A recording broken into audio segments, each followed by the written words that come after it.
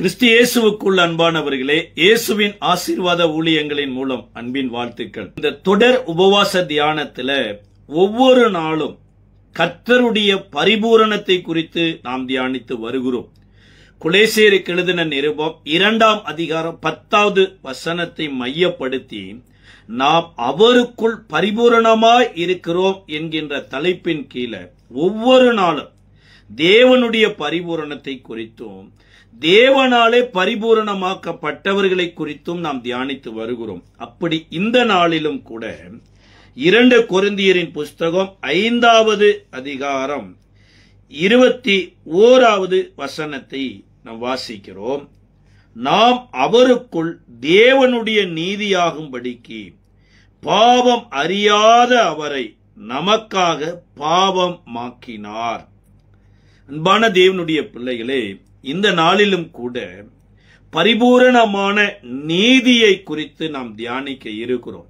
இங்கே கொரிந்தியருக்கு பவுல் எழுதும்போது எழுதுறாரு, நாம தேவனுடைய நீதி ஆகணுங்கிறதுக்காக ஒரு இடத்துல கூட குற்றமோ பாவமோ அநியாயமோ இல்லாத இயேசுவை பாவமாகவே மாத்தினாராம்.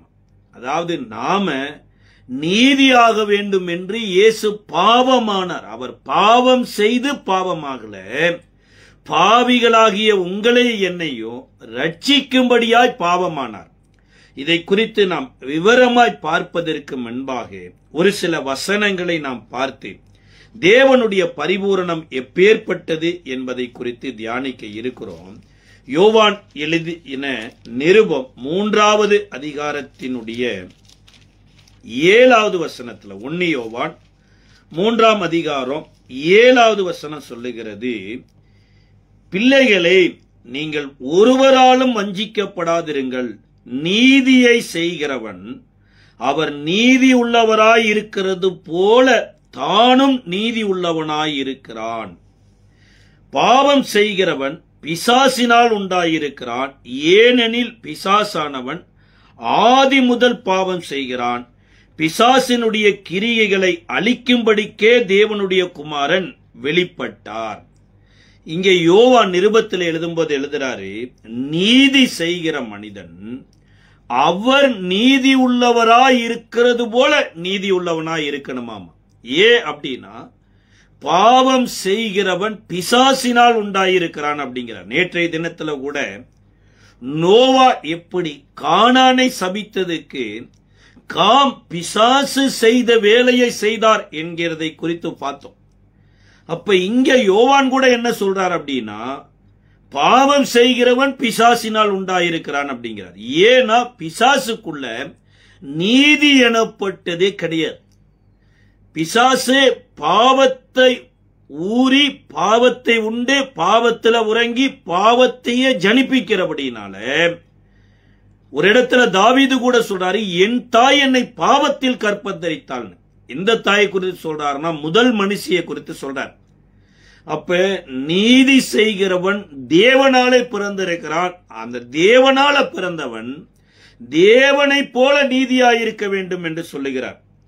இதை எபிரேய ஆக்கியோன் எழுதும்போது எழுதுகிறாரு. எபிரேயருக்கு எழுதின நிருபம் 12வது அதிகாரத்தினுடைய 11வது வசனத்துல, எந்த சிற்சையும் தற்காலத்திலே சந்தோஷமாய் காணாமல் துக்கமாய் காணும், ஆகிலும் பிற்காலத்தில் அதில் பழகினவர்களுக்கு அது நீதியாகிய பலனை தரும்.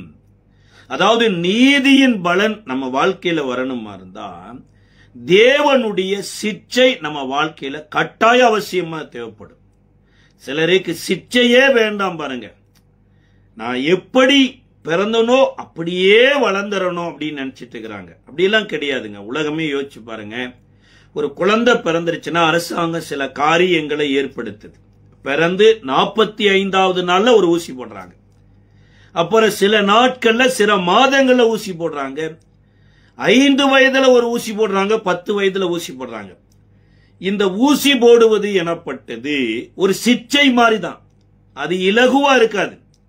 ஆனா அந்த சிற்சை அனுமதிக்காம போயிட்டோம் அப்படின்னா இந்த போலியோவெல்லாம் அநேகர் பாதிக்கப்பட்டதற்கு காரணம் என்னன்னா இந்த தடுப்பூசி எனப்பட்டது போடாததுனாலதான். அதே போலதான் சிட்சிக்கப்படாததுனாலதான் அநேகர் வழி மாறி போறாங்க. ஒரு இடத்துல ஞானி சொல்லும்போது சொல்றாரு, துரிதமாய் கிடைத்த ஆசீர்வாதம் முடிவுல நல்ல பலனை கொடுக்காதாம். துரிதமாய் கிடைத்த ஆசீர்வாதம் சிலருக்கு சில நன்மைகள் எதிர்பாராத விதமா வந்துருச்சுன்னு வைங்களே, அவளுடைய வாழ்க்கை பாருங்க நார்மலாவே இருக்காது. இஸ்ரவேலின் மக்களுடைய ஒரு தலைமுறைக்கு அப்புறம் அடுத்த தலைமுறை கர்த்தரை விட்டதுக்கு காரணம் என்ன? அந்த கானான் தேசத்துல அவர்களுடைய ஆசீர்வாதம் பிறப்பிலேயே கிடைச்சிருச்சு, துரிதமாய் கிடைச்சிருச்சு. அதனால கர்த்தரையும் மறந்தாங்க, கர்த்தர் ஏற்படுத்தி வைத்த பிரமாணங்களையும் விட்டு விட்டாங்க. ஆனா சில கஷ்டத்தின் பாதையில, சிட்சையின் பாதையில தேவன் நடத்துகிற போது பாருங்க, நாம நல்லா இருக்கிறது மாத்திரமல்ல, நம்ம மூலமா எத்தனையோ பேர் நல்லா இருக்க நம்மையே அந்த சிட்சை உருவாக்குது.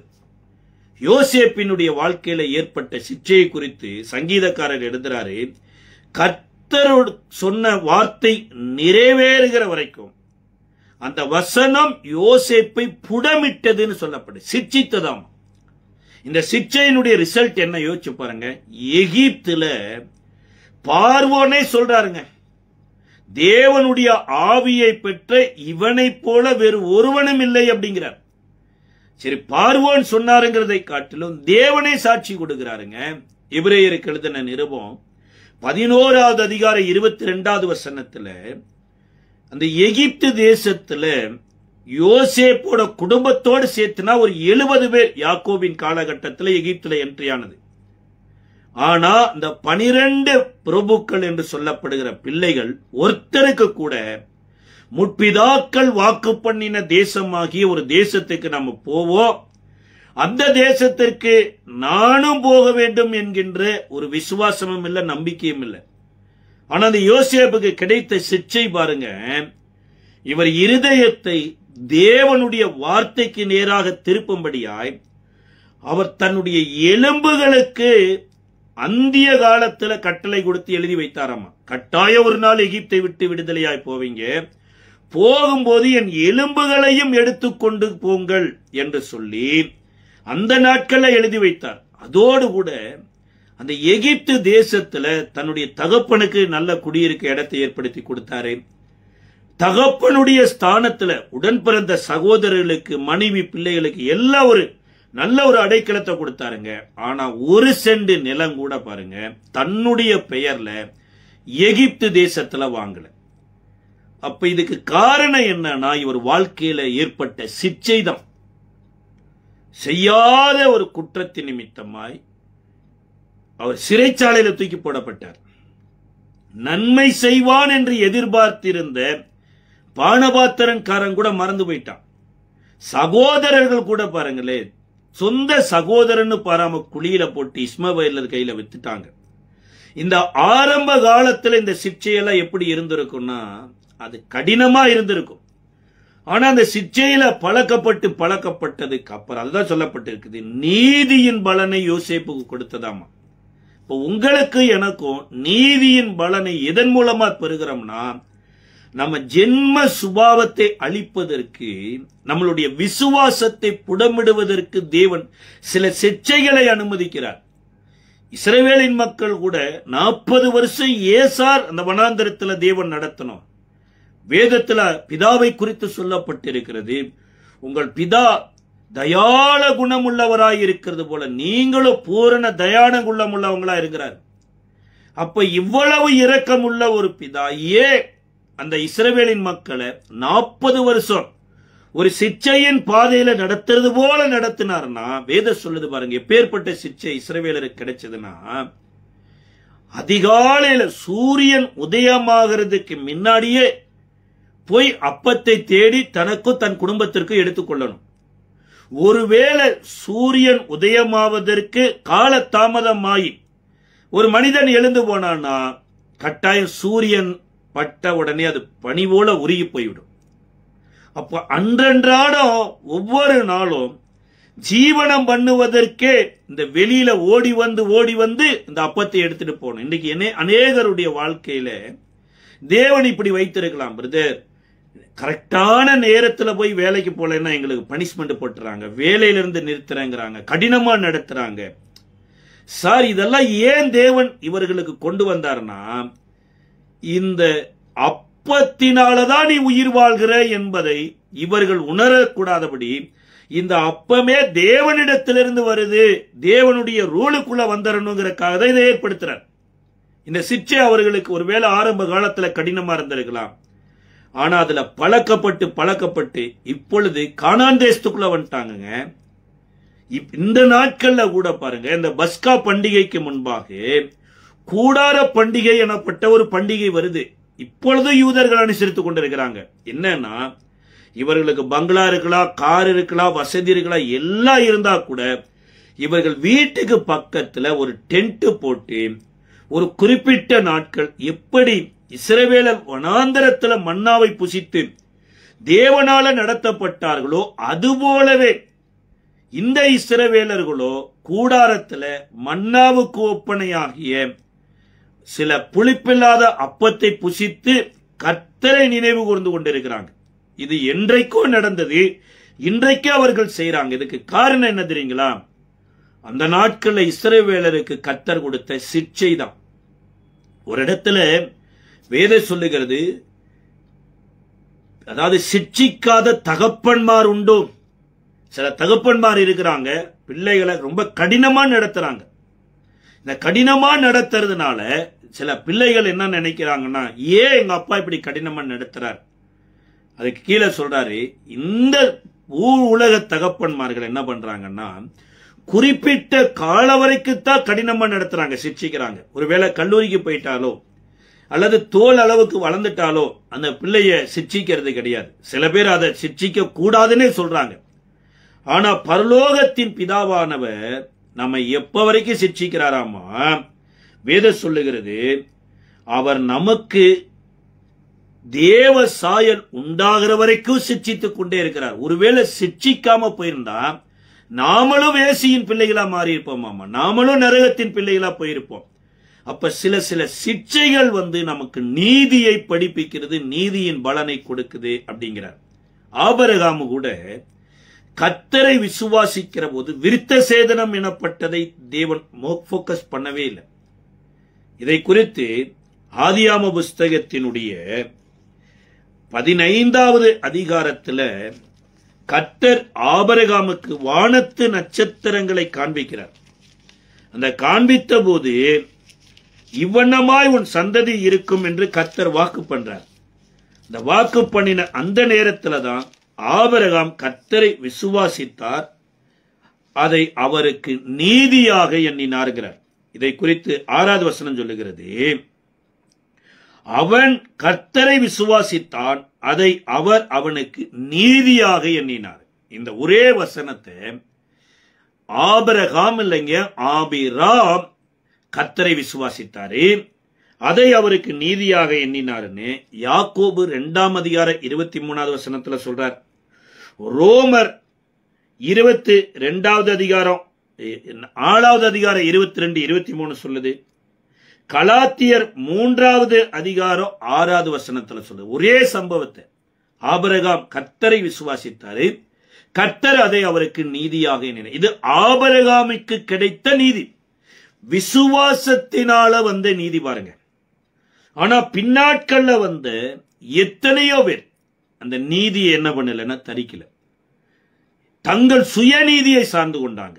ஆனா கர்த்தர் இந்த நீதியை ஆபிரகாமுக்கு படிப்பித்ததுக்கு அப்புறம் ஆபிரகாம் இந்த நீதியை தன்னுடைய பிள்ளைகளுக்கும் தன் சந்ததிகளுக்கும் அறிவிக்க போகிறபடினால தேசத்துல நடக்கிற ஒரு காரியத்தை ஆபிரகாமுக்கு மறைப்பனோ என்று சொல்லி ஆபிரகாமின் இடத்துல தேவன் தேடி வருகிறார்.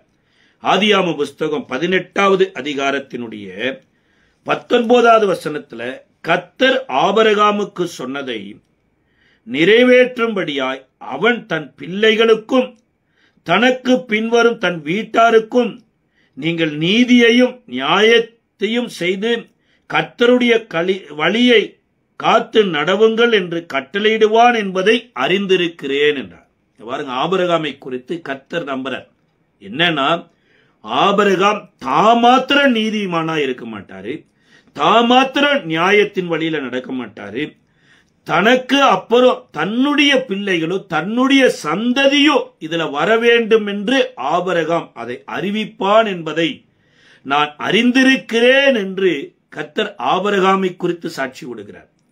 அதாவது சோதோம் குமோரா பட்டணத்தை கர்த்தர் அழிக்கிறதற்கு முன்னாடி ஆபிரகாமின் இடத்துல இதை சொல்லிட்டு போறார். ஏன் சொல்லிட்டு போறார் அப்படின்னா, இந்த சோதோம் குமோரா பட்டணம் அழிவுக்கு காரணம் என்னன்னா கீழ்ப்படியாமையினால வந்த தண்டனை. இந்த லோத்து ஒரு விசை கூட வாக்குவாதம் பண்ணிட்டு புறப்பட்டு போனாருங்க, அங்க சிறைப்பட்டு போயிட்டார். 14வது அதிகாரத்துல தன்னோடு வாக்குவாதம் பண்ணி சண்டை போட்டுட்டு போயிருந்தா கூட தன்னுடைய சகோதரன் என்று நினைத்து ஆபிரகாம் போய் யுத்தம் பண்ணி எல்லோரையும் மீட்டு கொண்டு வரார். சொல்ல போனா சோதோம் குமோரா பட்டணமே ஆபிரகாமின் மூலமா தான் விடுதலை ஆகுது. அப்ப ஆபிரகாமின் மூலமாய் விடுதலையான சோதோம் குமோரா பட்டணத்து ராஜா கூட எல்லாவற்றையும் நீ எடுத்துக்கொள்ள முடியும், ஜனத்தை எனக்கு கொடுன்னு கேக்குது. ஆனா அந்த சோதோம் குமோரா பட்டணத்துக்கு உள்ள இருந்த லோத்து ஆபிரகாமின் இடத்தில் பேசவே இல்லை. பாருங்க, ஆபிரகாமின் இடத்துல நான் உன் கூட வர்றேன்னு சொல்லவே இல்லை. இதான் பாருங்க எப்பேற்பட்ட ஒரு சம்பவம் சோதோம் குமோரா பட்டணத்துக்கு நடந்தது. அதுல தேவன் ஆபிரகாமுக்கு இவ்வளவு பெரிய தயை பாராட்டினாரு, ஆனா லோத்துவுக்கு உணர்வே இல்லாம போயிட்டு. அது மாத்திரமல்ல, இப்ப இரண்டாவது விசை, ஒரு விசை மனிதர்கள் அட்டாக் பண்ணி சோதோம் குமோரா பட்டணத்தையோ லோத்துவையோ சிறைப்படுத்திட்டு போயிட்டாங்க.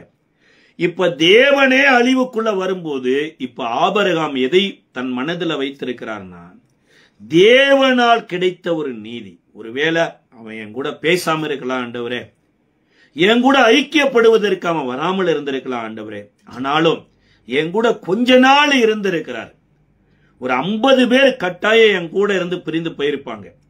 அவங்க என் கூட இருந்ததுல சில காரியம் கத்திருப்பாங்க. நீதிமானா வாழ்வதற்கு வாய்ப்பு இருக்குது ஆண்டவரே. ஒருவேளை 50 நீதிமான்கள் இருந்தா ஒரு பட்டணத்தை கவிழ்த்து போடுவீரோ? எப்படி யோசிச்சு பாருங்க. அப்படியே தேவன் கோபம் கொள்ளாதிருப்பாயாகனு குறைச்சு கடைசியா 5 நீதிமான் கூட சோதோம் குமோரா பட்டணத்துல இல்லைங்க. எப்படி இதை ஆபிரகாம் போதிப்பாருன்னா, கர்த்தருக்குள்ள இருக்கிறவங்களோடு நீங்க இருக்கணும், இல்லையா நீங்க கர்த்தருக்குள்ள இருக்கணும். இல்லாத பட்சத்துல லோத்து எப்படி தன்னுடைய வீட்டாரையும் இழந்து தன்னுடைய வேலைக்காரரையும் இழந்து தன் மனைவியை ஒரு நினைவு சின்னமா மாத்தினாரோ அதுபோல நீங்கள் மாறிவிடுவதற்கு வாய்ப்பு உண்டு என்பதை இவர் வாழ்க்கையின் மூலமா ஜெபத்தின் மூலமா வாழ்ந்தே காமிச்சிட்டார். இதைத்தான் தேவனே சொல்றாரு. ஆபிரகாம் நீதியையும் நியாயத்தையும் கட்டளையும் தன் பிள்ளைகளுக்கும் தலைமுறைக்கும் அறிவிப்பான் என்பதை அறிந்திருக்கிறேன். அதாவது லோத்துவுக்கு இறங்கி போகணுங்கிற ஒரு எண்ணமே கிடையாதுங்க. ஆனா ஆபிரகாமுக்கு பெருமையோடு இருக்கணுங்கிற ஒரு எண்ணமே கிடையாது. காரணம், லோத்து தேவனோடையும் தொடர்புல இல்ல, தேவ தொடர்புல இருக்கிறவங்களோடையும் தொடர்புல இல்ல. ஆனா ஆபிரகாம் அப்படி கிடையாது. எல்லா சூழ்நிலையிலையும் தேவ தொடர்புலையே இருந்து வாழ்ந்ததுனால தேவனுடைய தொடர்புல இருக்கிற தூதர்கள் வர்றாங்க, தேவனுடைய தொடர்புல இருக்கிற மெல்கிசேதேக்கு வராரு. இதனுடைய ரிசல்ட் என்ன? ஆபிரகாம் நீதியை எடுத்துக்கொண்டது மாத்திரமல்ல, மற்றவங்களுக்கு நீதியை போதிக்கிற மனுஷனா மாறிட்டாங்க. ஆனா ஆபிரகாமின் பிள்ளைகளாகிய பரிசேயர் சதுசேயருக்குள்ள இந்த நீதி கிடையாது. பாருங்க, இவர்களுக்குள்ள என்ன நீதி இருந்ததுன்னா சுயநீதி எனப்பட்டது இருந்தது. இந்த சுயநீதியை குறித்து பவுல் எழுதும்போது எழுதுறாரு, இதை குறித்து பவுல் எழுதுறாரு, பிலிப்பியருக்கு எழுதின நிருபம் 3வது அதிகாரத்தினுடைய 9வது வசனத்துல, பிலிப்பியர் 3ஆம் அதிகாரம் 9வது வசனத்துல 10:11 கிறிஸ்துவை ஆதாயப்படுத்திக் கொள்ளும்படிக்கு நியாயப்பிரமாணத்தினால் வருகிற சுயநீதியை உடையவனாயிராமல் கிறிஸ்துவை பற்றும் விசுவாசத்தினால் வருகிறதும் விசுவாசம் மூலமாய் தேவனால் உண்டாயிருக்கிறதுமான நீதியை உடையவர்களாயிருந்து கிறிஸ்துவுக்குள் இருக்கிறேன் என்று காணப்படும்படிக்கும் நான் இப்படி அவரையும் அவருடைய உயிர்த்தெழுதலின் வல்லமையும் அவருடைய பாடுகளின் ஐக்கியத்தையும் அறிகிறதற்கும் அவருடைய மரணத்துக்கொப்பாக மரணத்துக்குள்ளாகி எப்படியாயினும் நான் மரித்தோரிலிருந்து உயிரோடு எழுந்திருக்கும்படி தகுதியாகும்படிக்கும் அவருக்காக எல்லாவற்றையும் நஷ்டமென்று விட்டேன், குப்பை என்று எண்ணுகிறேன். பாருங்க, பவுல் சொல்றாரு எல்லாவற்றையும் அப்படிங்கிறார். இந்த எல்லாவற்றையும் அப்படின்னா எதையெல்லாம் விட்டார் அப்படின்னா, அவருடைய சொல்லப்படுகிற எத்தனையோ காரியங்கள் மேல சொல்லப்படுது பாருங்க. அவர் எல்லாவற்றையும் எதை விட்டார்னா 4, 5, 6 வரைக்கும் சொல்லப்பட்டிருக்குது. மாம்சத்தின் மேல் நம்பிக்கை வைக்க வேண்டுமானால் நானும் நம்பிக்கை வைக்கலாம். வேறொருவன் மாம்சத்தின் மேல் நம்பிக்கையாயிருக்க நினைத்தால் நானும் அதிகமாய் அப்படி செய்யலாம். அதாவது மற்றவங்க என்னென்ன பெருமை அடிக்கலாம் பாருங்க. அதாவது இந்த காலகட்டத்தில் ஒருவேளை எங்க அப்பா பாஸ்டர், எங்க அப்பாவோட அப்பா பாஸ்டர், அதுல ஒரு பெருமை இருக்கலாம். அப்படி இல்லைன்னா எங்க குடும்பமே கிறிஸ்தவ குடும்பம், பாரம்பரிய கிறிஸ்தவ குடும்பம், அதுல ஒரு பெருமை இருக்கலாம். அல்லது நாங்க ஒரு பிரபலமான சபைக்கு போகிறோம், எங்க ஊழியக்காரர் ஒரு பிரபலமான ஊழியக்காரர், இந்த பெருமை இருக்கலாம். இதெல்லாம் தான் சொல்றது சுய நீதி. இது எனக்கு குப்பையை போல இருக்குதுன்னு பவுல் சொல்றார். அதுல நாம் எல்லாரும் இப்படி மேன்மை பாராட்டலாம், நானும் மேன்மை பாராட்டலாம். ஆனா அது ஒண்ணுமே இல்ல, குப்பைங்கிறார். அதுல கீழே சொல்றாரு அவருக்கு இருக்கிற சுய நீதி என்று சொல்லப்படுது. என்னன்னா, நான் என்னுடைய பிறப்பே எனக்கு ஒரு நீதி, நான் ஒரு இஸ்ரவேலன் என்று சொன்னாலே எனக்கு ஒரு பெரிய நீதி இருக்குதுங்க அப்படிங்கிறார். சொல்லப்படுது நான் 8ஆம் நாளில் விருத்த சேதனம் பண்ணப்பட்டவன். அதாவது இடையில கன்வெர்ட் ஆகலைங்க, நான் இஸ்ரவேலனா மாறல. நான் பிறவியிலே இஸ்ரவேலன், பக்கா இஸ்ரவேலன். எப்படி ஈசாக்கு 8வது நாள்ல விருத்த சேதனம் பண்ணினது போல நானும் 8வது நாள்ல விருத்த சேதனம் பண்ணப்பட்டிருக்கிறேன். இன்னைக்கு சில பேருக்கு என்ன பெருமை இருக்குன்னு தெரியுங்களா? நான் யோர்தான்ல போய் ஞானஸ்தானம் எடுத்தேன். அது மாத்திரமல்ல, ஒரு பிரசித்த பெற்ற அப்போஸ்தலர் இடத்தில் ஞானஸ்தானம் பெற்றேன். சார், விருத்த சேதனங்கிறது ஈசா கூட கம்பேர் பண்ணக்கூடிய ஒன்று. பர்ஃபெக்டா 8வது நாள்ல விருத்த சேதனம் பண்ணப்பட்டவர். இது ஒரு உடன்படிக்கையின் அடையாளம். இரண்டாவது காரியம், இஸ்ரவேல் வம்சத்தான். யோசிச்சு பாருங்க, இஸ்ரவேல் வம்சங்கிறது எப்பேற்பட்ட வம்சம்? 12 கோத்திரங்கள், கர்த்தருடைய ஜனம் என்று சொல்லப்படுகிற இஸ்ரவேல் வம்சத்தான். பென்யமீன் கோத்திரத்தான், எபிரேயரில் பிறந்த எபிரேயன், நியாயப்பிரமாணத்தின்படி பரிசேயன், பக்தி வைராக்கியத்தின்படி சபையை துன்பப்படுத்தினவன், நியாயப்பிரமாணத்துக்குரிய நீதியின்படி குற்றம் சாட்டப்படாதவன், ஆகிலும் எனக்கு லாபமாயிருக்கிறவைகள் எவைகளோ அவைகளை கிறிஸ்துவுக்கு நஷ்டம் என்று எண்ணுகிறேன். அப்ப இன்றைக்கு எல்லோருக்குள்ளேயும் இந்த எண்ணம் இருக்குதான்னு யோசிச்சு பாருங்க. இதுதான் சுயநீதி அப்படிங்கிறது.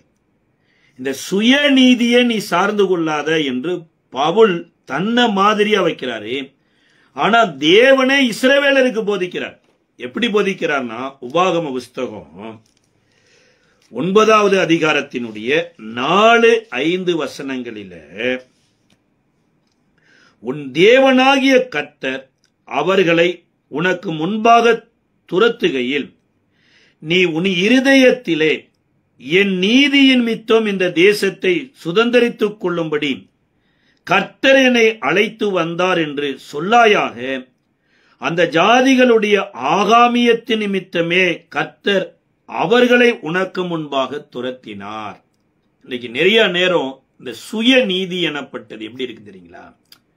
நான் ஜோம் பண்ண பிரதர், கர்த்தர் அற்புதத்தை செஞ்சாரு பிரதர். சார், கர்த்தர் அற்புதமான தேவன்.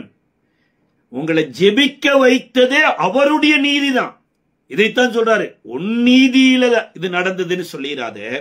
இத ஒரு வசனத்துல சொன்னாலும் பரவாயில்ல, கீழே 5வது வசனத்துல சொல்றாரு, உன் நீதியின் நிமித்தமும் உன் இருதயத்தினுடைய உத்தமத்தின் நிமித்தமும் நீ அவர்கள் தேசத்தை சுதந்தரிக்கும்படி பிரவேசிப்பதில்லை. அந்த ஜாதிகளுடைய ஆகாமியத்தின் நிமித்தமும் ஆபிரகாம், ஈசாக்கு, யாக்கோபு என்னும் உன் பிதாக்களுக்கு கர்த்தர் ஆணையிட்டு சொன்ன வார்த்தை நிமித்தம் நிறைவேறும்படியாகவும் உன் தேவனாகிய கர்த்தர் அவர்களை உனக்கு முன்பாக துரத்தினார். ஆகையால் 6வது வசனம், ஆகையால் உன் நீதியின் நிமித்தம் உன் தேவனாகிய கர்த்தர் உனக்கு அந்த நல்ல தேசத்தை சுதந்தரிக்க கூடார் என்பதை அறிய கடவாய் நீ வணங்கா கழுத்துள்ள ஜனம். யோசிச்சு பாருங்க, இந்த 4 வசனத்திலையும் சொல்றாரு, உன் நீதியில இது நடக்கல, நீ ரொம்ப நல்ல மனுஷன், உன் இருதயத்துல நினைக்கிற நினைவுகள் எல்லாம் நல்ல நினைவுகள், அதனால இந்த நல்ல தேசத்தை கர்த்தர் உனக்கு கொடுத்தார் என்று நினைக்காத. கிட்டத்தட்ட 10 முறை நீங்க கர்த்தரை பரீட்சை பார்த்த ஜனம், 10 முறை நீங்க முறுமுறுத்திருக்கிறீங்க. ஆனாலும் ஆபிரகாமுக்கு வாக்கு பண்ணின தேவன் அந்த வார்த்தையை நிறைவேற்றினார் அப்படிங்கிறார். அப்ப இன்றைக்கு உங்களுடைய ரட்சிப்பும் என்னுடைய ரட்சிப்பும் இந்த பரிபூரண நீதியாகிய இயேசுவின் மூலமாய் வந்தது. அதுதான், சுயநீதியில வரல. ஒருவேளை இன்றைக்கு என்னுடைய வாழ்க்கையில நான் நல்லவனா வாழலாங்க, தப்பே கிடையாது, அது கர்த்தர் விரும்புறார். நான் காணிக்க நிறைய கொடுக்கலாம், நல்லது, கர்த்தரை கனப்படுத்தணும். நான் மற்ற ஜனங்களை காட்டிலும் வேறு பிரிக்கப்பட்ட ஜீவியம் நான் ஜீவிக்கலாம், அதுவும் தப்பு கிடையாது. கர்த்தர் அப்படித்தான் எதிர்பார்க்கிறார். உலகத்தானுக்கும் தேவனுடைய பிள்ளைக்கும் ஒரு வித்தியாசம் இருக்கணும்னு தேவன் எதிர்பார்க்கிறார், இது தப்பே கிடையாது. ஆனா இவைகளினாலதான் தேவன் என்னை ஏற்றுக்கொள்வார், இவைகளினால தேவன் உன்னுடைய ஜெபத்தை கேட்பார், இவைகள் தான் தேவனை என் பக்கம் திருப்புது அப்படின்னு நினைச்சோம்னா கட்டாயம் வஞ்சிக்கப்பட்டு போயிருவோம், ஏமாத்தப்பட்டு போயிருவோம். வேதத்துல கூட லூக்கா எழுதின சுவிசேஷ புஸ்தகத்துல சுய நீதியை சார்ந்து கொண்ட ஒரு மனிதனை இயேசு போதிக்கிறார். அதை குறித்து 18வது அதிகாரத்தினுடைய 10வது வசனத்தில இருந்து 12வது வசனம் வரைக்கும் அந்த ஒரு சம்பவத்தை சொல்லப்பட்டிருக்கிறது. 2 மனுஷர் ஜெபம் பண்ணும்படி தேவாலயத்திற்கு போனார்கள். ஒருவன் பரிசேயன், மற்றவன் ஆயக்காரன். பரிசேயன் என்று, தேவனே, நான் பரிகாரர், அநியாயக்காரர், விபச்சாரக்காரர் ஆகிய மற்ற மனுஷர்களைப் போல இந்த ஆயக்காரனையும் போலவும் இராததினால் உம்மை ஸ்தோத்தரிக்கிறேன். பிரைசிங் பாயிண்ட் எப்படி கிடைக்குது பாருங்க. எடுத்த எடுப்புலையே இவர் மனிதன் அப்படிங்கிற லிஸ்டவே அழிச்சிட்டார், புனிதன் ஆயிட்டார். புனிதனை காட்டிலும் மகா பரிசுத்தவான் ஆயிட்டார். இன்றைக்கு எத்தனையோ பேரு நீதியில கெட்டு போன அநீதிக்காரர்கள் இருக்கிறாங்க. தாங்க நீதிமான்கள் என்று நினைத்து தாங்க தேவனை துதித்து துதித்து அழிஞ்சே போன எத்தனையோ பேர் இருக்கிறாங்க, இன்றைக்கே இருந்து கொண்டு இருக்கிறாங்க. இவங்களை உருவாக்குற ஒரு கூட்டமே இருக்குது. என்ன சொல்றாங்கன்னா, எடுத்த எடுப்புலயே இந்த பரியாசக்காரன் என்ன சொல்றாருன்னா, நான் பரிகாரரை போல இல்ல, நான் விபச்சாரக்காரனை போல இல்ல, நான் அநியாயக்காரனை போல இல்ல. இந்த ஆயக்காரன் சர்ச்சில் ஒருத்தனை காமிக்கிறாங்க, ஒரு டெமோவா, இந்த ஆயக்காரனை போலவும் இராததினால் உம்மை சோத்திரம். பாருங்க, எதுக்கு சோத்திரம் போடுறோம்? அதாவது நாங்களா பரிசுத்தவான்கள் கூட்டங்க, அவங்களா பாவிகள் கூட்டம். பிதாவாகிய தேவன் நல்லோரையும் தீயோரையும் நேசிக்கிறார். நல்லோர் மேலும் தீயோர் மேலும் சூரியனை உதிக்க பண்ணுறார். அப்போ பரிபூரணமான பிதாவினுடைய டிஎன்ஏ பிள்ளைகளாகிய உங்களுக்குள்ள எனக்கும் ஓடுச்சுன்னா, இப்ப நான் பரிசுத்தவான் என்கின்ற லிஸ்ட்ல தேவன் என்னை ஏற்றுக்கொள்ள மாட்டாருங்க. ஆபிரகாமை தேவன் நீதி கொண்டு வந்து விசுவாசிக்க வைத்து அவருக்கு அதை நீதியா எண்ணின போது ஆபிரகாமே மாறல. அவரு ஆபி ராமாகத்தான் இருந்தார். அவர் கிரிகைகளினால நீதிமானாகல, விசுவாசத்துல வருகிற நீதிக்கு சுதந்திரவாளியானாரு. பின்னாட்கள்ல தான் பிள்ளையை பலி செலுத்தி கிரிகையினால வரக்கூடிய நீதிமானும் மாறினார். ஆபிரகாமுக்குள்ள 2 சந்ததி தோன்றினதுங்க. ஒன்று சீனாய் மலையில தோன்றின ஆகாரின் சந்ததி, மற்றொன்று சியோன் மலையில் தோன்றின சாராளின் மூலமாய் வந்த சந்ததி. இந்த சீனாய் மலையில தோன்றின ஆகார் வேத சொல்லுகிறதுங்க, இந்த இஸ்மவேல் எல்லோருக்கும் எதிராயிருப்பான், எல்லோரும் அவனுக்கு எதிராயிருப்பார்கள் என்கின்ற அவரை குறித்து சொல்லப்பட்ட தீர்க்க தரிசனம் இஸ்மவேலை குறித்து சொல்லப்பட்டதல்லைங்க.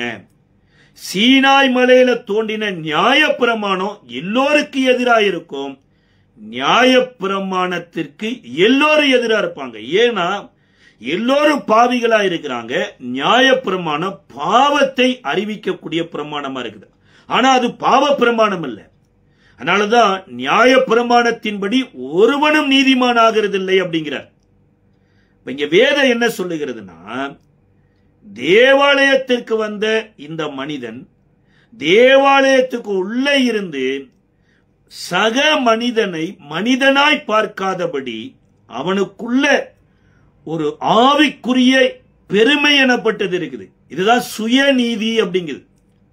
இதுல சொல்லப்பட்ட ஒவ்வொன்றையும் சொல்லிட்டு கர்த்தரை சோத்தரிச்சுட்டு, அதாவது ஊர்ல இருக்கிற எல்லாரையும் மோசமானவங்கன்னு ஒரு மெசேஜ் கொடுத்தார். கர்த்தருக்கே கொடுத்திருக்கார். ஊர்ல இந்த தெருவில் இருக்கிறவங்க மோசமானவங்க, பக்கத்து தெருவில் இருக்கிறவங்க மோசமானவங்க, இந்தியாவில் இருக்கிறவங்க மோசமானவங்க, தமிழ்நாட்டில் இருக்கிறவங்க மோசமானவங்க. சார், அந்த சபை மோசமானது, அந்த பாஸ்டர் மோசமானவரு, இதற்காக நான் உண்மை ஸ்தோத்தரிக்கிறேன், நான் மோசமானவனா இல்லாததற்காய். எப்பேற்பட்ட பிரைசிங் பாயிண்ட் பாருங்க. சரி, அடுத்து அதோட நிக்காதபடி வாரத்தில் 2 தரம் உபவாசிக்கிறேன். சரி, ஒரு வாரத்தில் 2 தரம் உபவாசிக்கிறாரு. மோசே 80 நாள் உபவாசிச்சிருக்கிறாருங்க. யோசிச்சு பாருங்க, அந்த 80 நாள் உபவாசம் எங்க? இவருடைய வாரத்தில் 2 நாள் உபவாசம் எங்க? என் சம்பாத்தியத்தில் எல்லாம் தசமபாகம் கொடுக்கிறேன். சார், தசமபாகம் கடவுளுக்கு என்ன வரி கட்டிட்டு இருக்கிறீங்களா? எத்தனையோ பேர் தசமபாகத்தை மையப்படுத்தித்தான் ஆசீர்வாதம் இருக்குதுன்னு நினைக்கிறாங்க. கிடையவே கிடையாது. ஒப்புரவாக்குதலை மையப்படுத்தித்தான் காணிக்கையே கொண்டு வர சொல்றார். அன்றைக்கு ஆபிரகாம் தசமபாகம் கொடுக்கிறதுக்கு முன்னாடிங்க மெல்கிசேதேக்கு வந்தார். மெல்கிசேதேக்கு வருவதற்கு முன்னாடி ஆபிரகாம் இறங்கி லோத்துவுக்காக சில ஜனங்களுக்காக போய் யுத்தம் பண்ணார். அப்ப தசமபாகத்தினால வரக்கூடிய நீதி இல்லைங்க. நீதிக்கு அப்புறம்தான் தசமபாகமே வருது. அப்ப இவர் எதை பிடிச்சிட்டு இருக்கிறாரு? எனக்கு வருகிற எல்லாவற்றிலும் தசமபாகம் கொடுக்கிறேன். அதோடு கூட நான் தனக்குள்ளேயே ஜெபம் பண்ணி கொள்ளுகிறேன். நான் ஒரு பிரேயர் வாரியர். உன் பிரேயரு உன்னுடைய நீதி ஆகாது. உன்னுடைய தசமபாகோ உன்னுடைய நீதி ஆகாது. உன்னுடைய உபவாசம் உன்னுடைய நீதி ஆகாது. இதெல்லாம் இருக்கணும். ஆனா இது நம்மளுடைய நீதி அல்ல. எது நீதினா, இயேசுதான் நீதியா மாறாரு. அவர்னாலதான் நான் இந்த சரீரமே நோய்வாய் இல்லாம சுகமா இருக்குது. அவர்னாலதான் என்னுடைய வருமானம் எல்லாம் ஆசீர்வதிக்கப்பட்டிருக்குது. அவர்னாலதான் ஜெபம் பண்ணணுங்கிற ஒரு எண்ணமே எனக்கு வந்திருக்குது.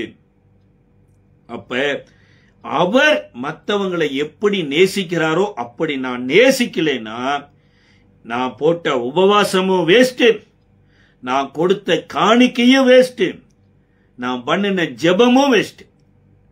அப்ப எதை தேவன் இங்க போக்கஸ் பண்ணார் அப்படின்னா, 13வது வசனம் சொல்லுகிறது, ஆயக்காரன் சர்ச்சுக்குள்ள உள்ள கூட போகல, ஆல்டருக்கு முன்னாடி போகல, தேவாலயத்துக்கு வெளியில நின்று தூரத்திலே நின்று தன் கண்களை வானத்திற்கும் ஏறெடுக்க துணியாமல் தன் மார்பிலே அடித்துக் கொண்டு, தேவனே பாவியாகிய என் மேல் கிருபையாயிரும் என்றான். பாருங்க, இவர் ஜெபித்த ஜெபமோ தேவனேன்னு தான் ஆரம்பிச்சார். அவர் ஜெபித்த ஜெபமோ தேவனேன்னு தான் ஆரம்பிச்சார். ஆனா அவருக்கு தேவனா இவர் தேவை. இவருக்கு தன்னுடையது தேவன் அறிய வேணும், தேவனுக்கு ஒரு அறிவு வேணுங்கிற ஒரு தேவை. எத்தனையோ பேருக்கு தேவனுடைய கிரிகைகளை எல்லாம் அறியாம தான் கிரிகைகளை தேவன் அறிய வேண்டும் என்று நினைத்துக் கொண்டிருக்கிறாங்க. கட்டாயம் அவர்களுடைய சுயநீதி அவர்களை ரட்சிக்காது. இதைத்தான் சொல்லப்பட்டிருக்குது, சுயநீதியை சாராமல். இதை ரோமருக்கு எழுதின நிருபம் 10வது அதிகாரத்தினுடைய ரோமருக்கு எழுதின நிருபம் 10வது அதிகாரம் 3 5 வரைக்கும் பவுல் எழுதுறாரு.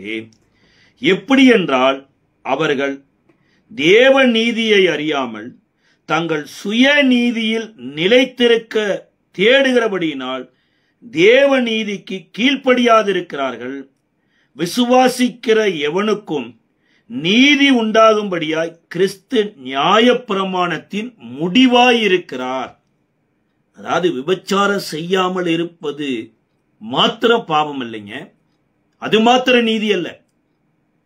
அல்லது தசமமாக காணிக்க கொடுக்கிறது மாத்திர தேவனுடைய நீதி அல்ல. ஜெபம் பண்றது மாத்திர நீதி அல்லைங்க. களவு செய்யாமல் இருக்கிறது மாத்திர நீதி அல்ல. நீங்கள் மனித சாயலாய் மாறணும். பாருங்க, நீங்கள் ஒரு மனிதன். தேவன் இந்த பூமியில தன்னுடைய சாயலாய் மனிதனை படைத்தார், தேவ சாயலாய் படைத்தார், ஆணும் பெண்ணுமாய் படைத்தார். அப்ப ஒரு மனிதனாய் இருக்கிற நானே, ஒருவேளை இன்றைக்கு எனக்கு ரட்சிப்பு கிருபையினால வந்திருக்கலாம். இந்த கிருபையினால ரட்சிக்கிறதுக்கு காத்து கொண்டிருக்கிற மக்களுக்கு நான் இடரலாய் போகாதபடி அவர்கள் என் வாழ்வை கண்டு அவர்கள் ரட்சிக்கப்படத்தக்கதாக ரட்சிப்புக்கு காத்திருக்கிற மனிதனையும் மதிக்க தெரியணும். பாருங்க, மனிதர்களை மதிக்க தெரியாத மனிதனுடைய பக்தி ஒருவேளை சரீரத்தையே வெட்டி கொடுக்க ஆயத்தமா இருக்கலாங்க. அன்னதானம் ஏராளம் தாராளம் போடலாம். பவுல் இதைத்தான் எழுதுறாரு. அதாவது அன்பு எனப்பட்டது ஒன்று இல்லைன்னா நம்ம என்னதான் பண்ணினாலுமே அது வேஸ்ட்டுங்க. வானலாவிய தெய்வத்துக்கு சிலையே செய்து வைத்து சொந்த சகோதரனை பகைத்து, சொந்த சகோதரியை பகைத்து, சபையாரை பகைத்து, உலகத்தில் இருக்கக்கூடிய தெய்வம் அல்லாதவைகளை வழிபடுகிற போல நம்ம வழிபட்டு இருந்தோம்னா நாமளும் இதே பரியாச ஸ்பிரிட்ல தான் இருப்போம். பாருங்க, அல்லது கண்ட விட்டு கண்ட போய் கடவுளை தேடிட்டு வந்தா கூட பாருங்க, பல மணி நேரம் விரதம் இருந்து பாத யாத்திரை போய் தெய்வத்தை தேடிட்டு வந்தாலுமேங்க அன்புங்கிறது மாத்திரம் எனக்கு இல்லைனா எல்லாம் வேஸ்ட் அப்படிங்கிறார். அப்ப இந்த பரிசேயருக்குள்ள இவ்வளவு பக்தி இருக்குது, இதெல்லாம் வேஷமாத்தான் இருக்குது தவிர தேவ பக்தியின் ரகசியத்தை அவர்கள் அறியல. தேவ பக்தியின் ரகசியம் என்ன தெரியுங்களா? தேவன் மாம்சத்தில் வெளிப்பட்டார், அவர் ஆவியில உயிர்ப்பிக்கப்பட்டார், தேவதூதர்களால் காணப்பட்டார். இது யாருன்னா இயேசு தாங்க. ஒரு மனுஷனா இந்த பூமியில வந்தார். அவர் எந்தெந்த இடத்துல எல்லாம் தன்னுடைய சீசர்கள் அல்லது யூதர்கள், வேதபாரகர், பரிசேயரெல்லாம் இருந்தாங்களோ அங்கெல்லாம் தன்னை தேவனுடைய குமாரன் என்று சொல்லப்படுவதை பார்க்கிறோம். மனுஷகுமாரனாகிய என்னை அப்படிங்கிறார். அப்ப மனுஷகுமாரனாய் வாழ்ந்த இயேசுதான் தேவ பக்தினா இப்படி இருக்கணும் என்று பிந்தின ஆதாமாய் வெளிப்பட்டார். இப்ப அவர் நமக்கு நீதியா மாறினார் அப்படிங்கிறார். தாவீது கூட தன்னை ஒரு நீதியை பார்க்கும்படியாய் சொல்லுகிறார். தாவீது சொல்லும்போது சொல்றாரு, சங்கீத புஸ்தகம் 23ஆம் சங்கீதத்தையும் 24வது சங்கீதத்திலையும் தேவனுடைய நீதியை சொல்றாரு. அவர் நீதியின் நிமித்தம் என்னை நீதியின் பாதத்தில், அவர் நாமத்தின் நிமித்தம் என்னை நீதியின் பாதையில் நடத்துகிறார் அப்படிங்கிறார். 3வது வசனம், அவர் என் ஆத்துமாவை தேற்றி தம்முடைய நாமத்தின் நிமித்தம் என்னை நீதியின் பாதையில் நடத்துகிறார். இது 23:3 சொல்லுது.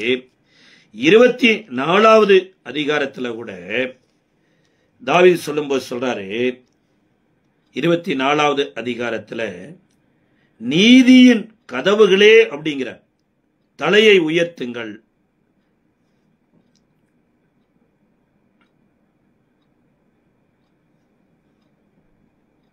ஏழாவது வசனமும் 9வது வசனமும் சொல்லப்பட்டிருக்கிறது.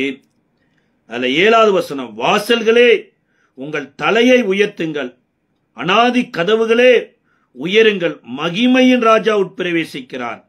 யார் இந்த மகிமையின் ராஜா? அவர் வல்லமையும் பராக்கிரமும் உள்ள கர்த்தர், அவர் யுத்தத்தில் பராக்கிரமம் உள்ள கர்த்தர்.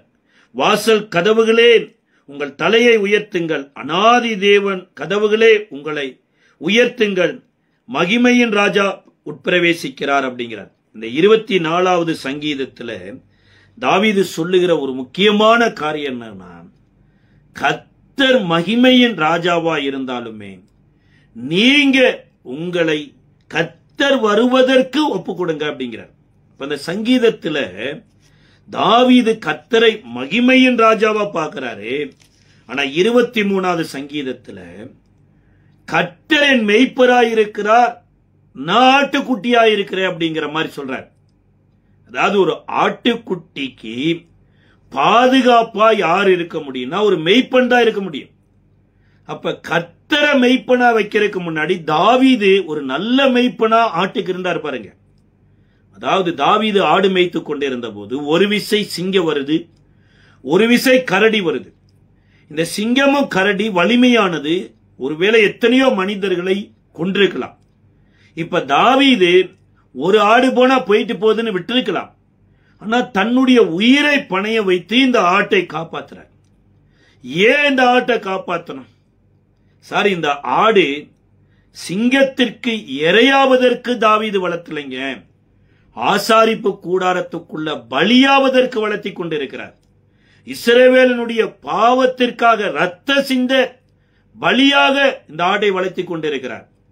அப்ப என்னுடைய வாழ்க்கையில தேவன் நீதியை சரிகட்டுவார். எப்படி சரிகட்டுவார்னா, இந்த சவுலினுடைய கையில மரித்து இப்பேற்பட்ட மரணத்துக்குள்ள நான் போய் மறிக்க மாட்டேன். என் தேவன் எனக்கு முன் குறித்ததை எல்லாம் நிறைவேற்றுவார். அதைத்தான் 1 சாமுவேலின் புஸ்தகத்தினுடைய 24வது அதிகாரத்துல சவுலை பார்த்து தாவீது சொல்றார், கர்த்தர் நீதியை சரிகட்டுவார் என்று சொல்லி. 1 சாமுவேலின் புஸ்தகம் 24வது அதிகாரத்தினுடைய 12வது வசனம் சொல்லுகிறது. 24:12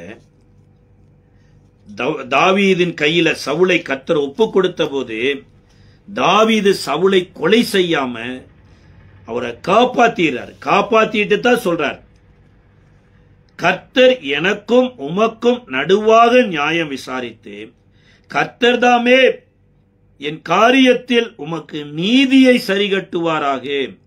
உம்முடைய பேரில் நான் கை போடுவதில்லை. முதியோர் பழமொழியே ஆகாதவர்களிடத்தில் ஆகாமியம் பிறக்கும். ஆகையால் உம்முடைய பேரில் நான் கை போடுவதில்லை. இஸ்ரவேலின் ராஜா யாரை தேட புறப்பட்டார் என்றார்.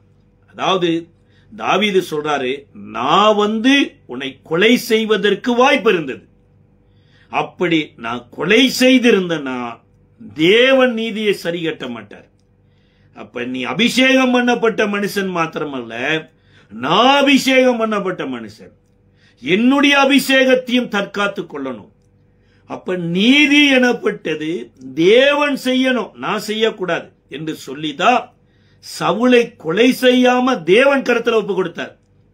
ஆனா கர்த்தர் அற்புதமா சில தாவீதை கூட்டிட்டு போனார். இதனால இதே 1 சாமுவேலின் புஸ்தகம் 29வது அதிகாரத்துல சவுலினுடைய மரணம் நிர்ணயிக்கப்பட்டாயிற்று. பிலிஸ்தியர் எல்லாமே புறப்பட்டு சவுலோடு யுத்தம் பண்றதுக்கு, இஸ்ரவேலரோட யுத்தம் பண்றதுக்கு வர்றாங்க.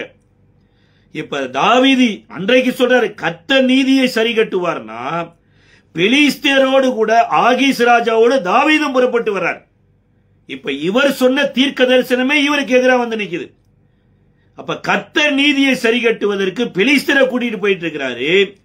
நீங்க நீதியை சரி கட்டுவார் என்று சொல்லிட்டு நீங்களும் போனீங்கன்னா பின்னாட்களில நீங்க தான் ராஜாவாக போறீங்க. நீ யுத்தம் பண்ணாத போதே, சவுலை கொலை செய்யாத போதே சிமேயி ரத்த பிரியனே, சவுலின் வீட்டாருடைய ரத்த பலி உன்னிடத்தில் விசாரிக்கப்படுகிறதுன்னு சொல்லி இருப்பார்னா, நீ பெலிஸ்தனாகிய ஆகீஸோடு சேர்ந்து யுத்தம் பண்ண போனீனா கட்டாயம் இஸ்ரவேலருக்கே நீ இடர்களா இருப்ப. கர்த்தர் இந்த ரத்தத்துல இருந்தெல்லாம் தாவீதை தப்பு வச்சாருங்க. இந்த ரத்தத்துல மாத்திரம் இல்ல, அபிகாயில் ஓடி வந்து சொல்றாங்க, அந்த மனிதனை நீ கொலை செய்து நீ நீதி செய்ய வேண்டிய தேவன் தெரிந்து கொள்ளப்பட்ட பாத்திரம், இப்படி அநியாயமா அவனுடைய ரத்த பலியை சிந்தி மற்றவர்கள் பேசுறதுக்கு காரணமாயிடக்கூடாது, அந்த மனிதன் அவன் வார்த்தையின்படியா இருந்து போயிட போறான்னு அந்த அம்மா தடுத்தாங்களாமா. அப்ப சில காரியங்கள் தேவன் நீதியை சரி கட்டுகிறது நமக்கு வேணா மறைவாக தெரியல. ஏன் ஆண்டவர் என்னை இப்படி கூட்டிட்டு போறாரு, ஏன் இப்படி ஒரு துன்மார்க்கமா எனக்கு வர்ற மக்களுக்கு கூட நாவை ஏதோ ஒரு பேசாதபடி என்ன தடுக்கிறார் அப்படின்னா, என் தேவன் அவர் நீதியை எனக்கு கொடுத்திருக்கிறபடினால அவர் நீதியை சரி கட்டுவார். 1 ராஜாக்கள் 9வது அதிகாரம் 26வது வசனத்துல கூட சொல்லுது. அதாவது இந்த நாபோத்தின் நிலத்தை அபகரித்த ஆகாபினுடைய குடும்பத்தார் மரிக்கிறது எலியாவின் மூலமா சொல்லப்பட்டாயிற்று. எலியா சொல்லிட்டாரு, கர்த்தர் நீதியை சரி கட்டுவார் என்று சொல்லிட்டார். அது எப்ப சொல்லிட்டு போயிட்டார்னா 1 ராஜாக்கள்ல சொல்லிட்டு போயிட்டார். எலியா 2 ராஜாக்கள் 2வது அதிகாரத்துல பரலோகத்துக்கு ஏறி போயிட்டாரு. ஆனா அவர் சொன்ன வார்த்தை அப்படியே நிறைவேறினதுங்க. அப்ப சில காரியங்கள், ரத்த சிந்துகிற மனிதனுக்கு பூமியில ரத்தம் சிந்த வேண்டும் என்பதுதான் நீதியை சரி கட்டுகிற தேவன். ஆனா இன்றைக்கு நீங்களும் நானும் ரத்தம் சிந்தி இருக்கிறோம். ஆனா இயேசு நமக்கு பலியானதுனால, அவருடைய ரத்தம் நமக்காக பரிந்து பேசுறபடினால நம்மளுடைய ரத்தம் பாதுகாக்கப்படுது. இதனாலதான் இயேசு சொல்லும்போது சொல்றாரு, மத்தேயு எழுதின சுவிசேஷ புஸ்தகம் 6ஆம் அதிகாரம் 33வது வசனத்துல, முதலாவது தேவனுடைய ராஜ்யத்தையும் அவருடைய நீதியும் தேடுங்கள், அப்பொழுது இவைகள் எல்லாம் உங்களுக்கு கூட கொடுக்கப்படுங்கிற. அப்ப தேவனுடைய ராஜ்யம்னா என்ன, தேவனுடைய நீதினா என்ன? நோவாவை குறித்து கூட வேதம் சொல்லுதுங்க. நோவாவை குறித்து வேதத்துல 1 பேதுருவின் புஸ்தகத்துல நோவா நீதியை குறித்து பிரசங்கம் பண்ணினார் என்று சொல்லப்பட்டிருக்கிறது. 2 பேதுரு 2ஆம் அதிகாரம் 5வது வசனத்துல நோவா பிரசங்கம் பண்ணினாருங்குது. இப்படிப்பட்ட பிரசங்கத்தை பண்ணினார் அப்படின்னா, ஒரு சர்ச்சு கட்டி பிரசங்கம் பண்ணாரா, அல்லது ஏதோ ஒரு கன்வென்ஷன் கூட்டத்தில் பிரசங்கம் பண்ணாரா அப்படின்னா, நோவா என்ன பிரசங்கம் பண்ணார் அப்படிங்கறது சொல்லுது. 2வது அதிகாரத்தினுடைய 5வது வசனத்துல, பூர்வ உலகத்தையும் தப்பவிடாமல் நீதியை பிரசங்கித்தவனாகிய நோவா முதலான 8 பேரை காப்பாற்றி அவபக்தியுள்ளவர்களை நிறைந்த உலகத்தில் ஜலப்பிரவாகத்தை வரப்பண்ணி, ஜலப்பிரவாகத்தினால ஒரு இனமே அழிஞ்சது, ஒரு மனித இனமே அழிஞ்சது. ஆனா மனித இனம் அழியறதுக்கு முன்னாடி நோவா பிரசங்கம் பண்ணியிருக்கிறார். என்ன பிரசங்கம் பண்ணார்னா, ஆதியாகம 6வது அதிகாரம் 2வது வசனத்துல தேவ புத்திரர்கள் மனுஷ குமாரத்திகளை அதிக சௌந்தரியம் உள்ளவர்கள் என்று தங்களுக்கு பெண்களை தெரிந்து கொண்டார்கள் அப்படிங்கிறார். பெண்ணை தெரிந்து கொள்ளலைங்க, பெண்களை தெரிந்து கொண்டார்கள். அதாவது ஒரு புருஷனுக்கு 4-5 மனைவிகள் இருந்தாங்க, ஒரு மனைவிக்கு 4-5 புருஷர்கள் இருந்தாங்க. அதாவது இந்த சரீரத்தை கரைகளுக்கு ஒப்பு கொடுத்தார். இதனாலதான் நீதியுள்ள நியாய தீர்ப்பு இந்த பாவத்திற்குத்தான் வருது அப்படிங்கிறார். இப்ப நோவா என்ன பிரசங்கம் பண்ணார்னா, அவருக்கு 500 வயதுல 3 பிள்ளைகள் பிறகுறாங்க, சேம் காம் யாபேத்து. இந்த 500 வயதுல பிறந்த பிள்ளைகளுக்கு எல்லாருக்கும் ஒரே மனைவி தான். பாருங்க, நோவாவுக்கு ஒரே மனைவி தான். அப்ப எல்லோரும் ஏராளம் தாராளமா மனைவிகளை புருஷர்களை வைத்திருக்கிறாங்க. ஆனா நோவா தன் வாழ்ந்த வாழ்க்கையை பிரசங்கமா கன்வெர்ட் பண்றார். ஒரு கற்புள்ள ஒரு வாழ்க்கை வாழ்ந்து உலகத்திற்கு தேவனுடைய நீதியை போதிக்கிறார். அது அவரு மாத்திரம் இல்லைங்க, அவருடைய பிள்ளைகளுக்கோ ஒரே ஒரு மருமகள்களை ஒரே ஒரு மகனுக்கு தெரிந்தெடுத்து இப்படி 6 பேரும் பர்ஃபெக்டா வாழ்றாங்க. நோவாவும் நோவாவினுடைய மனைவியும் பர்ஃபெக்டா வாழ்றாங்க. இதைத்தான் வேதம் சொல்லுது, நீதியை பிரசங்கித்தாராமா.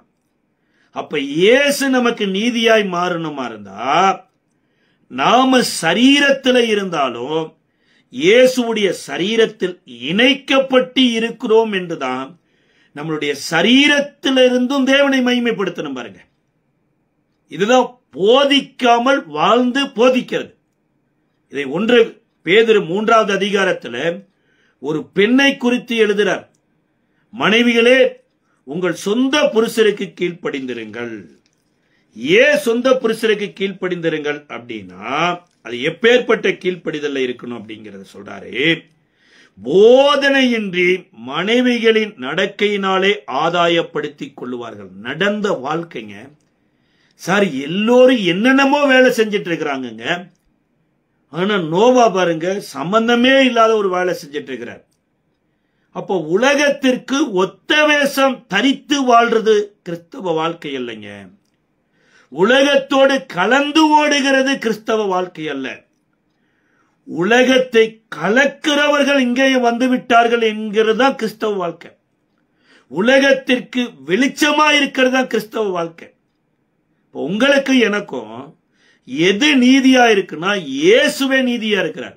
இது எப்பேற்பட்ட நீதியா இருக்கிறாருங்கிறத தான் 2 கொரிந்தியர் 5:21 சொல்லுகிறது. நம்மை நீதியாக்குவதற்கு பாவம் அறியாத அவரை தேவன் பாவமாக்கினாராம். அதாவது சபிக்கப்பட்ட சர்ப்பம் கடித்து அநேகர் மரித்தாங்கங்க. இதை குறித்து யோவான் எழுதின சுவிசேஷ புஸ்தகத்தினுடைய 3வது அதிகாரம் 13, 14, 15, 16 வசனங்களில் விசேஷமா 14வது வசனம் சொல்லுகிறது. சர்ப்பமானது மோசையினாலே வனாந்தரத்திலே உயர்த்தப்பட்டது போல மனுஷகுமாரனும் தன்னை விசுவாசிக்கிறவன் எவனோ அவன் கெட்டு போகாமல் நித்திய ஜீவனை அடையும்படிக்கு அவர் உயர்த்தப்பட வேண்டும். அதாவது விஷத்தன்மை உள்ள கொள்ளிவாய் சர்ப்பத்தையும் தேவன் தான் விடுறார். இந்த கொள்ளிவாய் சர்ப்பத்தில் கடிக்கப்பட்ட மனிதன் வெங்கல சர்ப்பத்தை பார்த்து பிழைக்கும்படி வெங்கல சர்ப்பத்தையும் உயர்த்தியும் வைக்கிறார்.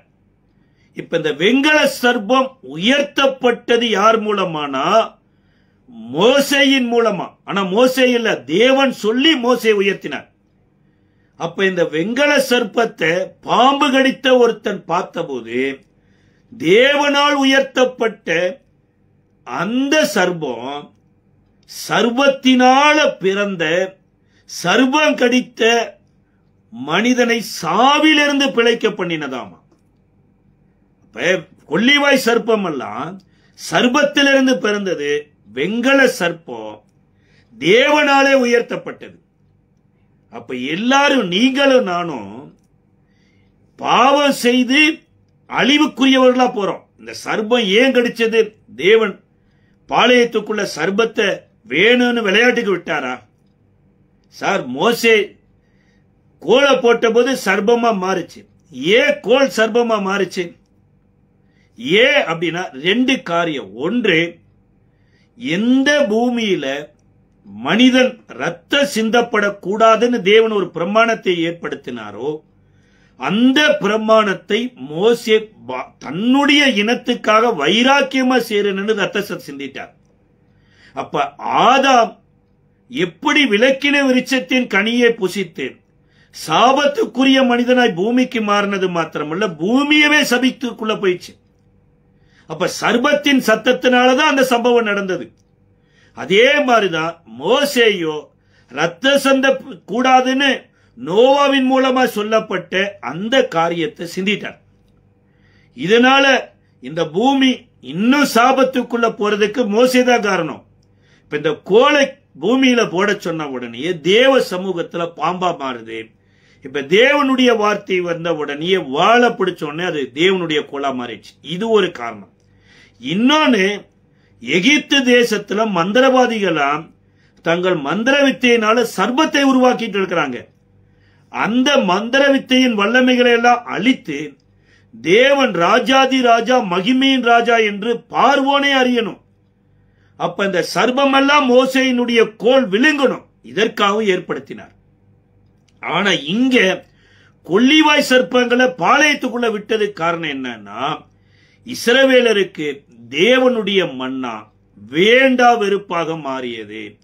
மோசேக்கு விரோதமா, ஆரோனுக்கு விரோதமா, தேவனுக்கு விரோதமா முறுமுறுக்கிறாங்க. இதனாலதான் கொள்ளிவாய் சர்ப்பங்களை உள்ள விடுறார். இப்ப இந்த கொள்ளிவாய் சர்ப்பம் உள்ள வந்ததுக்கு பின்னணியில தேவனுடைய நீதி ஒன்று வெளிப்படுதுங்க. அது என்னன்னா, அவர் வெங்கல சர்ப்பத்தை உயர்த்தி வைக்கிறார். ஒருவேளை இந்த கொள்ளிவாய் சர்ப்பத்தை பார்த்துக்கிட்டே இருந்தான்னா அவன் செத்துக்கிட்டே இருப்பான். தேவனாலே மோசேயின் மூலமா உயர்த்தப்பட்ட வெங்கல சர்ப்பத்தை பார்த்தானா, ஒருவேளை கொள்ளிவாய் சர்ப்பம் கடித்திருந்தா கூட வெங்கல சர்ப்பம் தேவனால உயர்த்தப்பட்டிருக்குமானா அந்த நீதியின் நிமித்தமாய் பிழைப்பான் என்று ஏற்படுத்தினார். அதற்கு ஒப்பனையாகத்தான் இயேசு சொல்றாரு, மோசேயின் மூலமா சர்ப்பத்தையே தேவன் உயர்த்தினார்னா நாளொன்று வரும், பூலோகத்தில் இருக்கிற every man and every woman அவங்கெல்லாம் தேவனுடைய நீதியில தேவனுடைய பிள்ளைகளா மாறுவாங்க. அதற்கு என்னன்னா மனுஷகுமாரன் உயர்த்தப்படணுங்கிறார். அப்ப எப்படி இன்றைக்கு நீங்களும் நானும் ரட்சிப்புக்குள்ள வந்தோம் அப்படின்னா, அந்த யூதர்கள் இயேசுவை வேண்டா வெறுப்பா மாறினாங்க. அன்றைக்கு வனாந்தரத்தில் இருக்கிற இஸ்ரவேல தேவனிடத்திலிருந்து வந்த அப்பத்தை, இந்த அப்பம் எங்களுக்கு வேண்டா வெறுப்பா இருக்குதுன்னு சொன்னதுனால கொள்ளிவாய் சர்ப்பத்தை விட்டாரு. இந்த இயேசு ஜீவ அப்பமாய் இருந்தாரு, இவர் அவர்கள் வேண்டா வெறுப்புங்கிறதுனால இவர் சிலுவை மரத்துல தூக்கி உயர்த்தி நிறுத்தப்பட்டார். இந்த சிலுவை மரத்துல தூக்கி நிறுத்தப்படுறதுக்கு காரணம் என்னன்னா, இவர்கள் அப்பத்தை வேண்டா வெறுப்பாக்குனதுனாலதான். அவர்கள் இயேசுவை தள்ளுனாங்க. இயேசு உயர்த்தப்பட்ட உடனே இப்ப யூதனா இருக்கலாம், புறஜாதியனா இருக்கலாம், நீங்களா இருக்கலாம், நானா இருக்கலாம், யாரா இருந்தாலுமே சிலுவையில் உயர்த்தப்பட்ட இயேசுவை நோக்கி பார்க்கிற போது ரட்சிப்படைகிறோம். இதுதாங்க வேதம் சொல்லுது. அவராலே நமக்கு இந்த நீதி கிடைத்திருக்கிறது. நம்ம எப்பேற்பட்ட பாவியா இருக்கலாங்க. நம்ம பேசினது ஒருவேளை தேவனே கோவப்பட்டு வெங்கல சர்பத்துக்கு பதிலாக கொள்ளிவாய் சர்பத்தை பாளையத்துல விட்டிருக்கலாம். ஆனா தேவன் இரக்கத்தில் ஐஸ்வர்யம் உள்ளவர். அவரிடத்திலிருந்து நீதி இருக்குது. அந்த நீதியில நம்மை நீதியாக்குவதற்கு, வாழ வைப்பதற்கு அவர் உயர்த்தி வைத்ததை பார்க்கும்போது நம்ம பிழைக்கலாம். இப்ப இயேசு எப்படி நீதியானார் அப்படிங்கிறத நம்ம நாளைக்கு பார்க்க இருக்கிறோம். அதுக்கு முன்னாடி நம்ம ஜெபிக்கலாம். கிருபை நிறைந்த நல்ல ஆண்டவரே, இயேசுவின் நாமத்தில் நன்றியோடு சோதரிக்கிறோம் அப்பா. நீதிக்கு தூரமாயிருந்த எங்களை நீதிக்குரியவர்களாய் மாற்றும்படியாய், பாவத்திற்கு தூரமாயிருந்த, பாவம் உண்டென்று உங்களால் சொல்ல முடியுமா என்று சவால் விட்ட இயேசுவை பாவ சிலுவையில ஆண்டவரே மரத்திலே தூக்கப்பட்ட எவனும் சபிக்கப்பட்டவன் என்று சொல்லி இருக்கிற சாப சின்னமாகிய சிலுவையில எங்களுக்காக பலியாக ஒப்பு கொடுத்து அவருடைய பலியின் மூலமா எங்களை நீதியாக்கினீரே, உமக்கு நாங்கள் நன்றி செலுத்துகிறோம். இந்த நீதியின் கனிகளை கொடுக்க, நீதியின் பலன்களை பெற கர்த்தர் எங்களுக்கு உதவி செய்யும், பலப்படுத்தும், ஆசீர்வதியும். இயேசுவின் நாமத்தில் ஜெபிக்கிறோம் நல்ல பிதாவே, ஆமென்.